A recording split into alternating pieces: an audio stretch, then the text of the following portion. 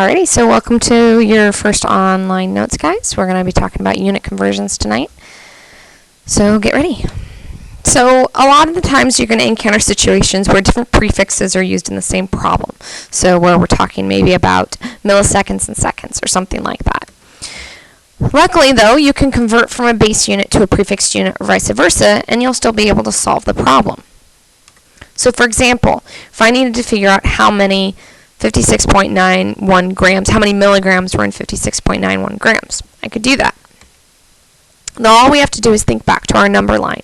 And in our number line we learned that 1 gram is the same as 1 times 10 to the 3 milligrams, or 1,000 milligrams. And so we can do something called unit conversions and figure out how to convert between these two units. And the way that we do that is through the 3-unit conversions, which is sometimes called dimensional analysis, or the factor label method, or the train track method, or a lot of different names. We're going to call it unit converting, or dimensional analysis. I mean, really, it doesn't matter what you call it, it's all the same thing. But what you always start out with in problems like this is what you know. We always start with what we know, and all we know right now is 56.91 grams. So that's what we're going to start with, and then we're going to begin our train track by drawing a horizontal line and then a vertical line right next to it. Now we're trying to go from grams to milligrams. So our grams is going to need to go on bottom because we started out with grams on top, and in order to get rid of them, they need to go on bottom to cancel out. So we're going to put 1 gram on bottom and 1,000 milligrams on top, or 1 times 10 to the 3 milligrams on top. Now our grams are able to cancel out, and we're left with milligram units, which is what we were trying to get. So in dimensional analysis, how you do this in a calculator is you're just going to multiply everything that goes on top and divide everything that goes on bottom. So we're going to take 56.91 and multiply it by 1,000. And our calculator is going to give us 56,910 milligrams, or 5.691 times 10 to the 4 milligrams. Both of those are perfectly acceptable answers, and that is how many milligrams there are in 56.91 grams. Okay, now all we did here in unit conversions and dimensional analysis is we used something called a conversion factor. That's really all we're going to be using, is taking our number line and making that into a conversion factor and using it over and over and over again. So let's do one more together, and then I'm going to have you guys try one on your own. So here we're trying to convert 16.34 meters into nanometers. So we've got 16.34 meters, so that's what we know. So we're going to start with that. And then we know that from our number line, for every 1 meter, there's 1 times 10 to the 9th nanometers. So 1 meter is going to go on the bottom, and 1 times 10 to the 9th nanometer goes on the top. Our meters cancel out, leaving us with nanometers. We plug that into a calculator, multiply everything on top, divide anything on the bottom. Only the number 1 was on the bottom, so we don't need to divide, because 1 divided by 1 is 1. And you're going to get 1.634 times 10 to the 11th nanometers, and that is our answer. Now I want you guys to pause the video and go ahead and try this next one for yourself, where we're trying to convert from 123 kilometers into meters. So go ahead and pause.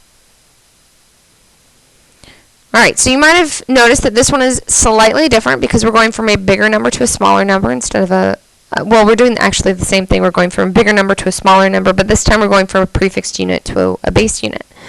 Same principle applies, though. You're going to start with what we know. What we know is 123 kilometers. Now, this time, with our conversion factor, we know that from our number line, for every 1 meter, we have 1 times 10 to the negative 3 kilometers. So it's going to be 1 times 10 to the negative 3 kilometers on bottom and 1 meter on top. Our kilometers then cancel out, leaving us with our meters. Now this time when you plugged it into the calculator, you should have divided by 1 times 10 to the negative 3 instead of multiplying. And what you should have gotten is 123,000 meters, or 1.23 times 10 to the 5 meters. Either of those is an acceptable answer. Okay. So sometimes we're going to have to convert over larger jumps. We're not just going to be going from a prefix unit to a base unit, but going from one prefix unit to another prefix unit. So let's do an example together. 879 nanograms is equal to how many kilograms? So still we're going to start with what we know, 879 nanograms. And I can't go straight from nanograms to kilograms. I just don't bother memorizing that. I always convert back to the base unit. So I'm going to convert from nanograms to grams because I know that conversion factor. I know that for every 1 gram, there's 1 times 10 to the 9th nanograms. And so the nanograms are going to go on bottom, my grams go on top. Now my nanograms were able to cancel out, but I'm still not in kilograms yet, I'm in grams. But I know how to get from grams to kilograms. I know that for every 1 gram, there's 1 times 10 to the negative 3 kilograms. So my grams now cancel out, leaving me with kilograms. In my calculator, I'm going to type in 879 divided by 1 times 10 to the 9th times 1 times 10 to the negative 3rd. And I'm going to get 8.79 times 10 to the negative 12 kilograms. Alright, so go ahead and pause the video and you try this next one by yourself. And then check back with me with your answer. So go ahead and pause. Okay, let's see how you did. So if I did this, I would start out with a 1.58 times 10 to the negative 8 kilometers. So I need to go from kilometers to meters because I can't go straight to centimeters.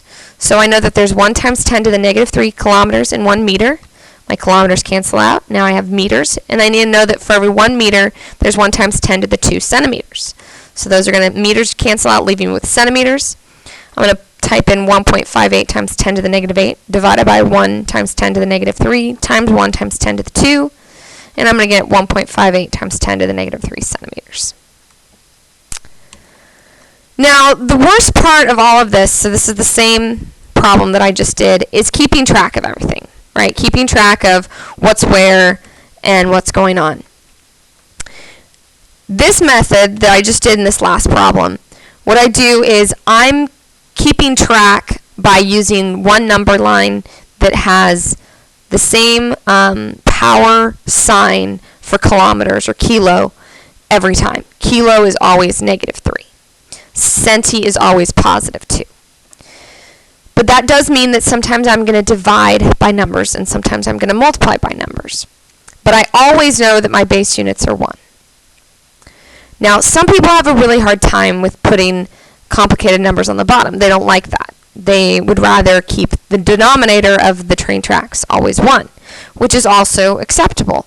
It's a little bit harder because now I'm going to put 1 kilometer on the bottom, but I have to think about what I'm going to put on the top because it's not going to be 1 meter anymore because there isn't 1 meter per every 1 kilometer. Instead, I'm going to have to do the power number is still the same. It's still 3, but this time it's going to be positive 3. For every 1 kilometer, there's 1 times 10 to the positive 3 meters.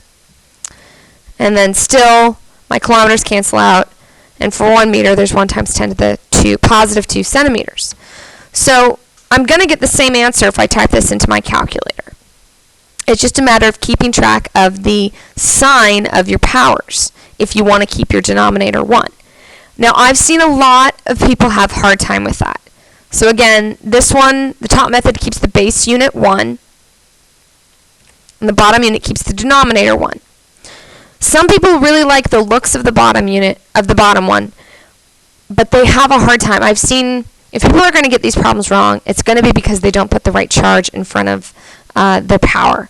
And the reason people do that is because they don't want to be going up and down, and so they want these all to be 1, and so this number keeps changing. If you think you might have a problem with that, I would stick with the top unit, or the top method.